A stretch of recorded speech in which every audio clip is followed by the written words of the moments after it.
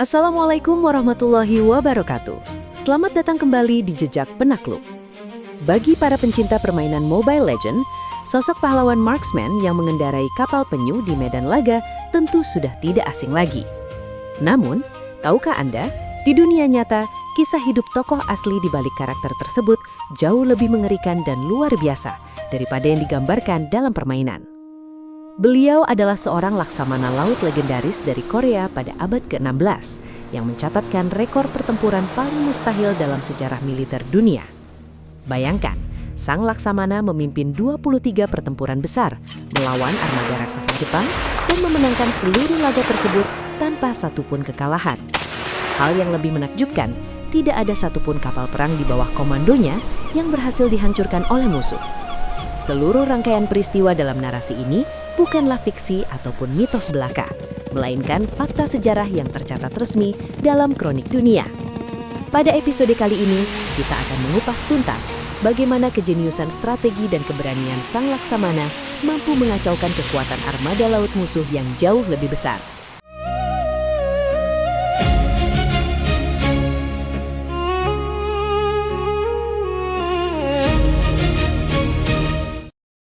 Asal-usul kelahiran dan krisis invasi Jepang.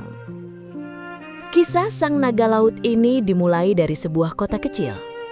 Yi Sun-shin terlahir pada tanggal 28 April 1545 di wilayah Gyeongchon-dong, Seoul. Dia aslinya lahir dari keluarga bangsawan. Tapi sayang, gara-gara kakeknya terlibat masalah pusaran politik di istana, reputasi keluarganya hancur sampai bikin sang ayah jatuh miskin. Karena kondisi ekonomi yang makin memburuk, mereka sekeluarga terpaksa pindah ke daerah pedalaman di Asan. Singkat cerita, waktu terus berjalan sampai perang saudara di Jepang akhirnya selesai di tahun 1590. Penguasa baru Jepang bernama Toyotomi Hideyoshi sukses menyatukan seluruh kelompok samurai yang dulunya saling bertikai. Nah, karena ambisi militernya masih sangat besar, Hideyoshi punya rencana untuk menguasai Cina yang saat itu dikuasai oleh dinasti Ming. Langkah awalnya, dia harus merebut semenanjung Korea terlebih dahulu sebagai jembatan penyeberangan. Begitu masuk tahun 1592, Jepang langsung mengumpulkan sekitar 225.000 tentara pilihan yang sudah dipersenjatai dengan senapan modern. Mereka berlayar membawa sekitar 700 kapal perang dan langsung mendarat di wilayah Busan. Gak butuh waktu lama, cuma dalam 3 minggu saja, pasukan darat Jepang berhasil menembus pertahanan Korea dan menguasai ibu kota Seoul sampai membuat Raja Seonjo terpaksa kabur mengungsi ke wilayah utara. Di tengah kondisi yang sangat kritis ini, pihak Korea baru menyadari satu hal.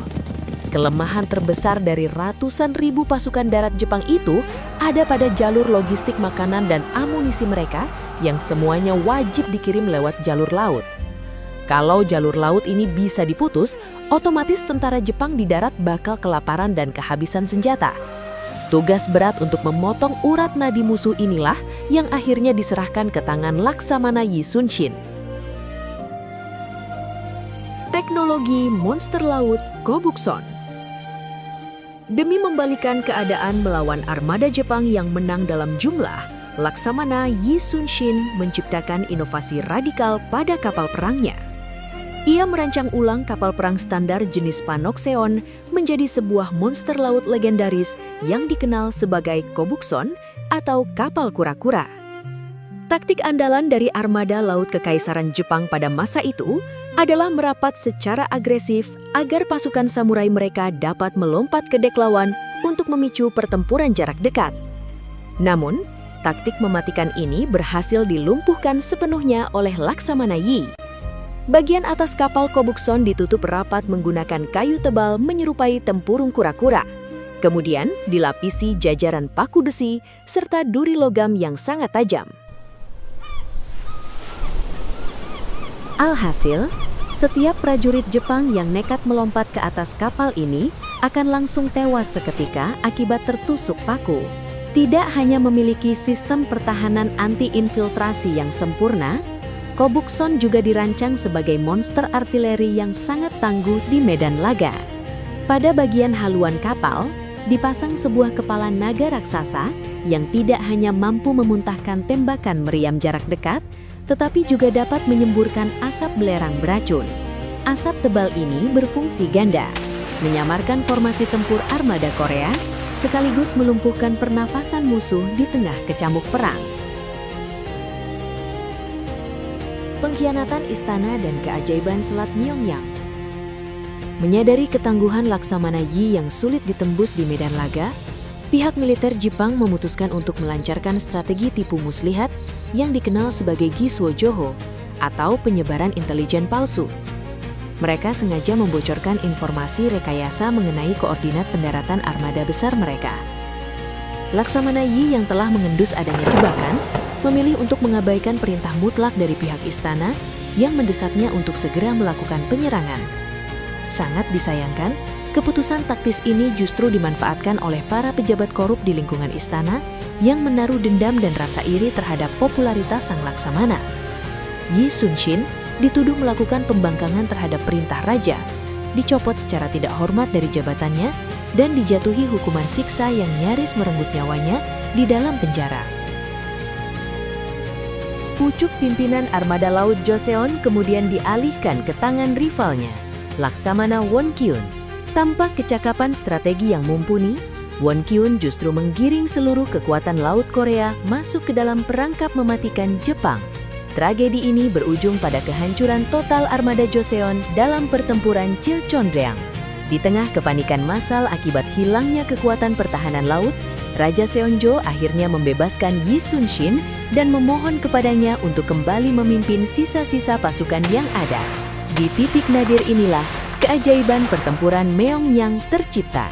Kekuatan yang dimiliki Laksamana Yi hanya menyisakan 13 kapal perang utama, sementara pihak Kekaisaran Jepang maju menerjang dengan kekuatan penuh sebanyak 133 kapal tempur armada garda depan.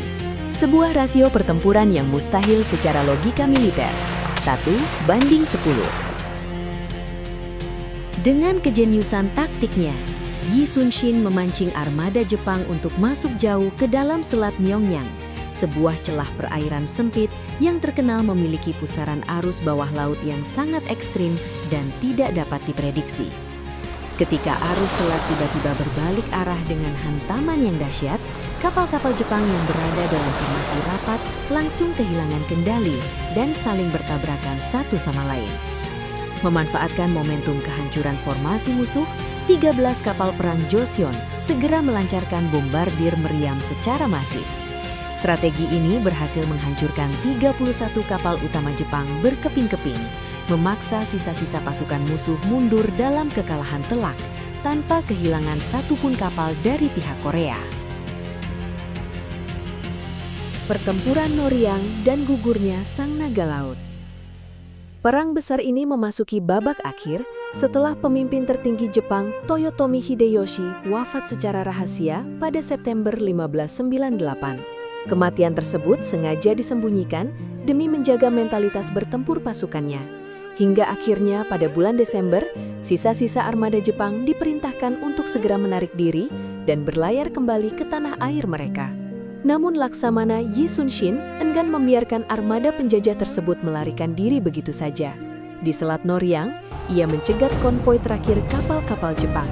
Pertempuran malam hari yang sangat brutal pun pecah, di mana armada gabungan Korea berhasil menenggelamkan lebih dari 200 kapal perang musuh.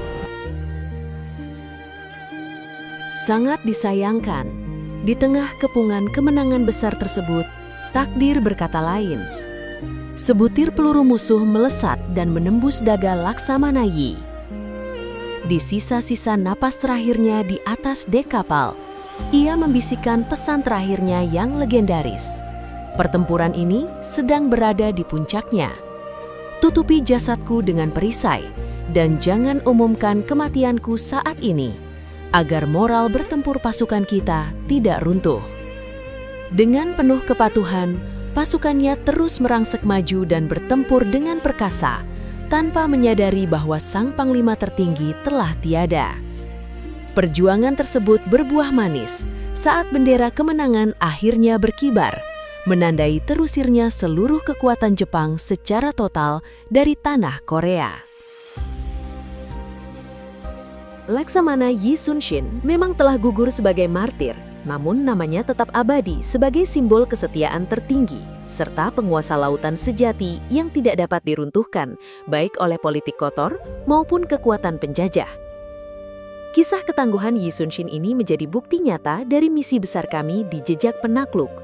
Kedepannya, kami akan terus membongkar sejarah autentik dari para tokoh legendaris dunia hingga pahlawan besar Islam secara mendalam.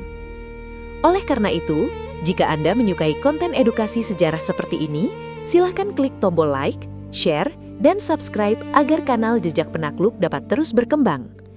Tuliskan pula di kolom komentar, tokoh mana lagi yang ingin kita bedah bersama pada video selanjutnya?